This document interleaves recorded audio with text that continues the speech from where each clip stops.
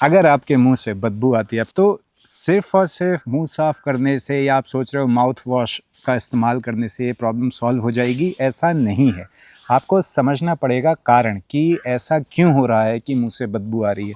देखिए, मुंह से बदबू आने के कुछ कारण होते हैं, जिसमें से एक जो सबसे बड़ा कारण है वो है आपका डाइजेशन अच्छा नहीं होना, यानी कि आपका पाचन तंत्र अच्छी तरह से काम नहीं कर रहा है। तो होता क्या है कि अगर आपका खाना सही से नहीं पच रहा है या बहुत लंबे समय तक आपके शरीर के अंदर रुक रहा है तो इससे आपके मुंह से भी बदबू आने लगेगी।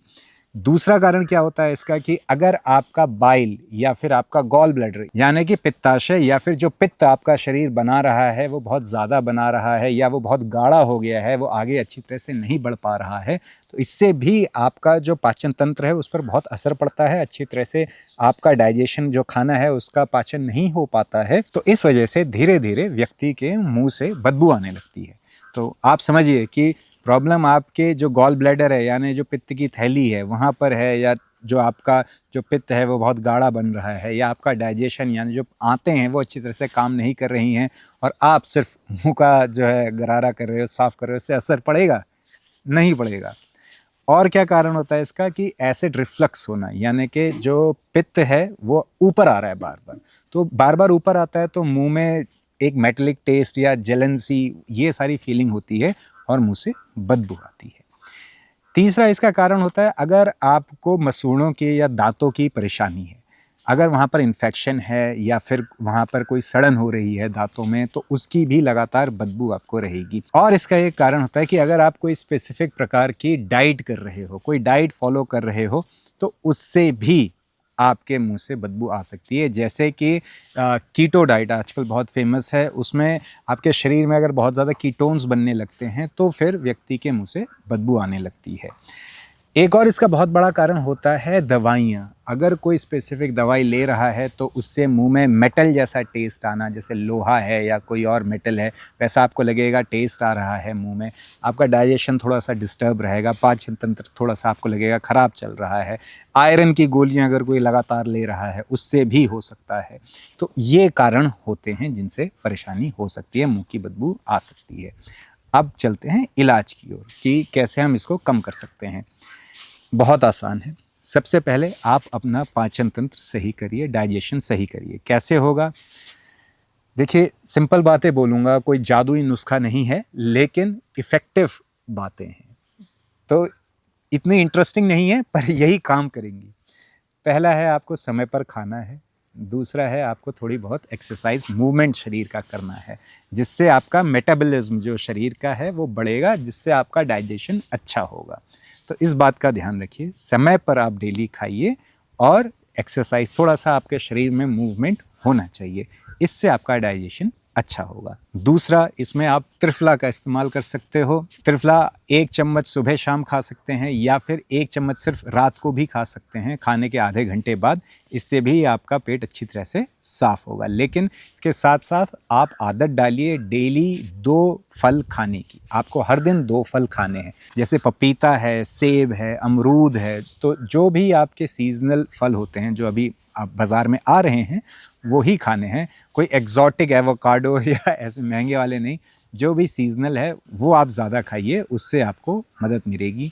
फल सब्जियां आप जितनी ज़्यादा खाएंगे उतना आपका डाइजेशन अच्छा रहेगा। अब अगर आपको दांत की परेशानी है, मुंह में आपके परेशानी चल रही है, मसूड़ों की परेशानी चल रही है, तो एक तो आप आदत डालिए डेली सुबह तेल से आपको गरारा करना है। उसमें क्या करना होता है, 1 या 2 आपको चम्मच तेल रखना है मुंह में।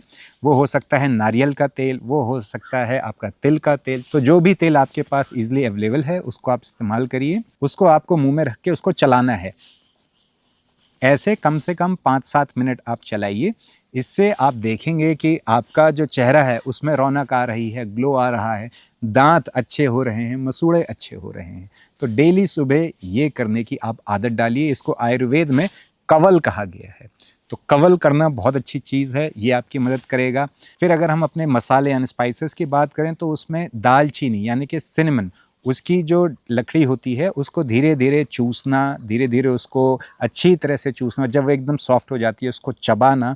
ये बहुत ज़्यादा इफ़ेक्टिव है। अगर आपको इन्फेक्शन है, कोई परेशानी है मसूड़ों की, तो आपको जो दालचीनी की लकड़ी होती है उसको धीरे धीरे चूस कर उसको चबाना, ये बहुत अच्छा हेल्प करेगा।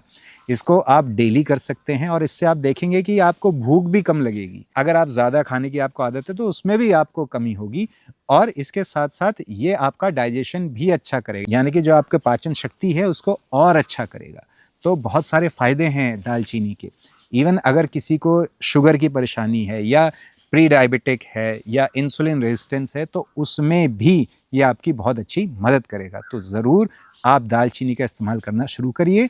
दालचीनी देखिए 2 प्रकार की होती है। ये जो आप स्क्रीन पर देख रहे हैं, ये आसानी से जो मिलती है, इसको एक्चुअली कैसिया कहा जाता है। ये उतनी अच्छी नहीं होती है अगर हम कंपेयर करें सिनेमन से। ये जो आपको स्क्रीन पर दिख रहा है, ये होती है असली दालचीनी, या जो ज़्यादा इफ़ेक्टिव है वो वाली दालचीनी। तो आप कोशिश करिए ये वाली दालचीनी का इस्तेमाल करने की। ये दालचीनी आपको इंटरनेट पर ईजिली मिल जाएगी। आप सिलोन सिनेमन लिखकर सर्च करें, आपको मिल जाएगा, या फिर इसका लिंक अगर मेरे पास होगा तो मैं नीचे डिस्क्रिप्शन बॉक्स में डाल दूंगा, आप वहाँ से देख सकते हैं अमेज़ॉन पर, वहाँ से आप ऑर्डर कर सकते हैं। बाकी आप खुद भी इसको सर्च कर सकते हैं, ऑर्डर कर सकते हैं। लौंग तो उसके तो क्या कहने, दांत में इन्फेक्शन है, दर्द है, एक लौंग को सिंपल दबा लीजिए जहाँ पर दर्द है, धीरे धीरे उसको चूसते रहिए, उससे आपको बहुत अच्छा असर मिलेगा। अगर आप जल्दी असर चाहते हैं तो वहाँ पर सीधे लौंग का तेल डाल दीजिए, ये भी आपको मिल जाएगा आसानी से, पंसारी की दुकान में मिल जाएगा।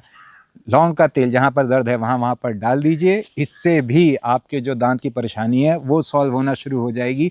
ये मैंने अपनी दूसरी वीडियोस में भी बोला है, मेरा जो इंग्लिश चैनल है वहाँ पर, और लोगों ने कमेंट पर आज तक मेरे को कहते हैं कि सर आपकी टिप बहुत काम की, सारी दवाइयाँ करके देख ली, कुछ असर नहीं आया, लास्ट में लौंग के तेल ने कमाल कर दिया।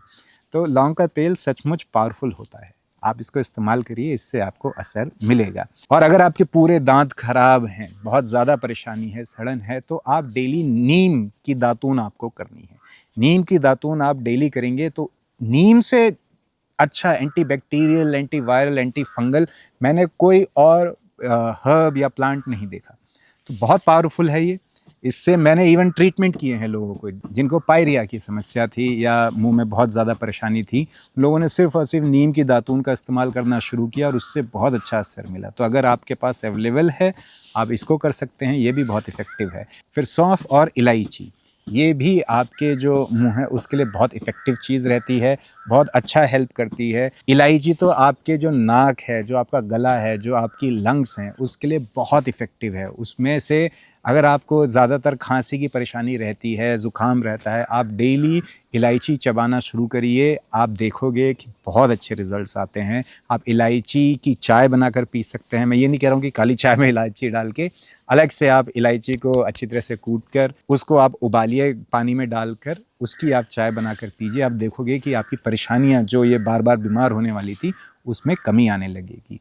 तो इलायची और सौंफ दोनों बहुत अच्छा काम करती हैं, ये भी आप यूज़ कर सकते हो। ये देखिए जो आप स्पाइसेस हैं, जो ये हर्ब्स हैं, ये सिर्फ़ और सिर्फ आपके दाँत की या जो आपके जो मुँह से बदबू की परेशानी है उसी को सही नहीं करेगा, ये आपका पाचन तंत्र भी अच्छा करेगा। जैसे मैंने आपको बताया कि सबसे पहले जो मैंने आपको बोला कि पाचन तंत्र की खराबी की वजह से मुँह से बदबू आती है, या आपके जो पित्त की थैली है, पित्ताशय की परेशानी है, उसकी वजह से होती है। उन सब में ये जो स्पाइसेस हैं, ये जो मसाले हैं, ये सब बहुत अच्छा इफ़ेक्ट करते हैं। तो इनको ज़रूर इस्तेमाल करिए। सिंपल चीज़ें हैं बट बहुत इफ़ेक्टिव हैं। तो आशा करता हूँ आपको समझ में आया होगा कि आपको ये क्यों हो रहा है। सबसे पहले ये समझना है। तो अगर दवाई की वजह से हो रहा है तो आप अपने डॉक्टर से बात करिए, उसको आप बदलिए, ऐसे करके होगा। अगर कोई और कारण है तो उसका इलाज मैंने आपको इस वीडियो में बताया है, ट्राई करके देखिए। इवन जो आपको एसिड रिफ्लक्स होता है, जो ऊपर को तेज़ाब सा बनता है, उसमें भी आपको त्रिफला बहुत अच्छा मदद करेगा। तो आप त्रिफला का ज़रूर इस्तेमाल करिए, पाचन तंत्र अच्छा होगा। जो एसिड रिफ्लक्स होता है, जो पित्त बनता है, यहाँ पर जलन होती है, उसमें भी हेल्प करेगा। लेकिन उस परेशानी में आपको खान पान अपना सही करना ही करना है, तभी आपको लंबे आपको रिजल्ट्स मिलेंगे। तो आशा करता हूँ आज की वीडियो से आपको कुछ इंटरेस्टिंग, कुछ नया जानने को मिला होगा, और आशा करता हूँ आज की वीडियो आपके लिए लाभदायक रहेगी। मिलते हैं अगली वीडियो में एक बड़ी मुस्कुराहट के साथ। तब तक के लिए हंसते रहिए, मुस्कुराते रहिए।